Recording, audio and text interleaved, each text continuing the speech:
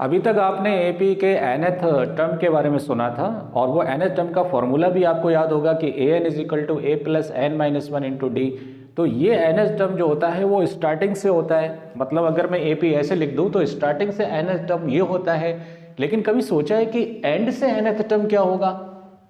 दिमाग की बत्ती जली है आपकी? क्या पूछ रहा हूं मैं?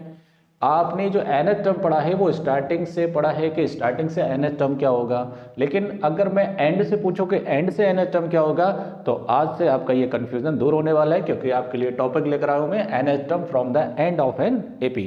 एपी के एंड से nth टर्म क्या होगा? तो देखिए, अगर आपके पास कोई एपी है जिसका फर्स्ट टर्म ए है, कॉमन डिफरेंस डी है, तो एपी कैसे लिखी जाती है? A plus D, A plus two D और ए प्लस थ्री डी, ऐसी तो आप लिखते हैं। क्लियर? तब इस एपी का स्टार्टिंग से nth टर्म क्या होता है? A plus n minus one into d. ये आपने फॉर्मूला ऑलरेडी पढ़ चुका है। क्लियर? लेकिन what about the from end? अब ये एंड कहां पर होगा ये आपको आइडिया नहीं है, तो मैंने मान लिया कि एंड टर्म ही इसका nth टर्म है, तो nth टर्म को मैंने एल लिख लिया पहले। यहां पर क्या लिख लूंगा मैं? यहां पर एल। अब जरा सोचिए, यहां से डी बढ़ता जा रहा है, अगर मैं उल्टा चलूं तो यहां से d कम होता जा रहा है, तो इससे पहले वाला टर्म क्या आएगा? l minus D. समझ में आया ये कैसे लिखा? नहीं समझ में आया? फिर सुनो, आप उल्टा चलिए, इधर से इधर आए तो एक d कम हो गया, अब इधर से इधर आए तो भी d कम हो गया, है ना? तो अब यहां से जब इधर आएंगे तो d माइनस नहीं हो जाएगा? इससे पहले बताओ क्या आएगा? l माइनस टू डी, यही तो आएगा। अब आपसे स्टार्टिंग से पूछ रहा है, स्टार्टिंग से दे रखा है आपको nth टर्म, ये तो लास्ट से पूछ रहा है, तो मुझे इस एपी को लास्ट से देखना पड़ेगा। तो इसको मैं उल्टा करके लिख सकता हूं क्या? L minus D, L minus two D dot dot dot dot A plus three D, A plus two D, A plus D और ए, ऐसे तो लिख सकता हूं। तो जैसे आप स्टार्टिंग से फर्स्ट टर्म निकालते हैं ऐसे यहां पर भी फर्स्ट टर्म निकाल सकते हैं, बराबर? तो बताइए, लास्ट से nth टर्म, लास्ट से nth टर्म, मैंने इसको ऐसे लिख लिया, बराबर? तो इसका फर्स्ट टर्म कितना है? l plus n minus one. अब जरा यहाँ d बताना कितना आएगा? a2 माइनस ए वन, a2 माइनस ए वन, इसमें से माइनस करो, l minus D minus L, l से l कैंसिल, तो किसके बराबर आ गया? माइनस डी के। तो यहाँ से फॉर्मूला क्या आ गया? l plus minus minus n minus one into d. ये फॉर्मूला हो गया आपका क्या? A n is equal to l minus n minus one into d. ये फॉर्मूला आप डायरेक्ट यूज कर सकते हैं, अदरवाइज जैसे मैंने मेथड बताया इसको आप इस तरह से भी सॉल्व कर सकते हैं। तो ये फॉर्मूला हो गया nth term from the end, nth term of an AP from and, and से ये nth टर्म हो गया। क्लियर? तो देखिए, इसमें और इसमें डिफरेंस क्या है? इसमें ये डिफरेंस है, इसमें फर्स्ट टर्म ये वाला ए होगा, इसमें फर्स्ट टर्म लास्ट वाला होगा, फर्स्ट टर्म एल होगा।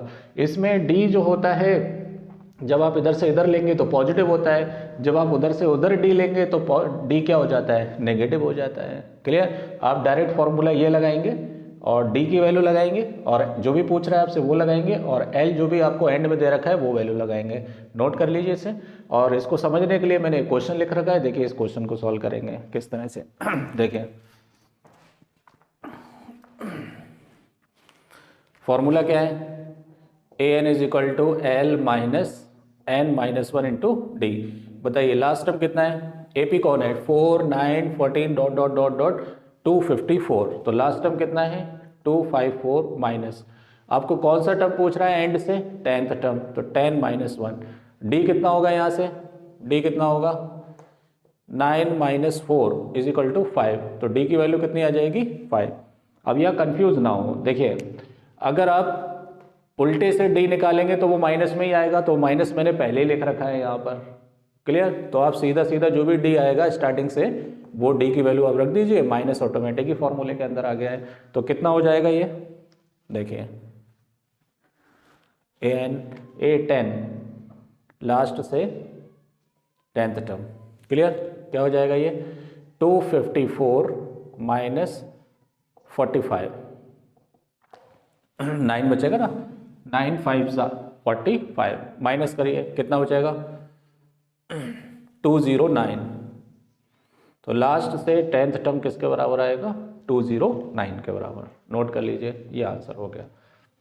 ठीक है, तो हमें क्या इस टॉपिक से हमने क्या सीखा कि लास्ट से अगर आपको कोई भी टर्म बताना है तब आप एपी को ऐसे ही रखिए, एपी को ऐसे ही रखेंगे। क्लियर, जो लास्ट टर्म है वो लगा देंगे, जो भी टर्म बताना है वो लगाएंगे, और जो डी आएगा वो चाहे पॉजिटिव आए चाहे नेगेटिव आए, वो डी जैसे निकालते हैं इस वाले डी के लिए वैसे ही डी निकालेंगे। और माइनस ऑलरेडी मैंने इसलिए रख रखा है क्योंकि वो एंड से पूछ रहा है, तो एंड से डी हमेशा नेगेटिव आता है, तो माइनस मैंने पहले लगा रखा है। अब इधर से डी क्या आएगा, नो इशू, चाहे पॉजिटिव आए चाहे नेगेटिव आए, वो वैल्यू अपने को प्रॉपर रखनी है वहाँ पर। ठीक है, ये हो गया आपका एंड से 10।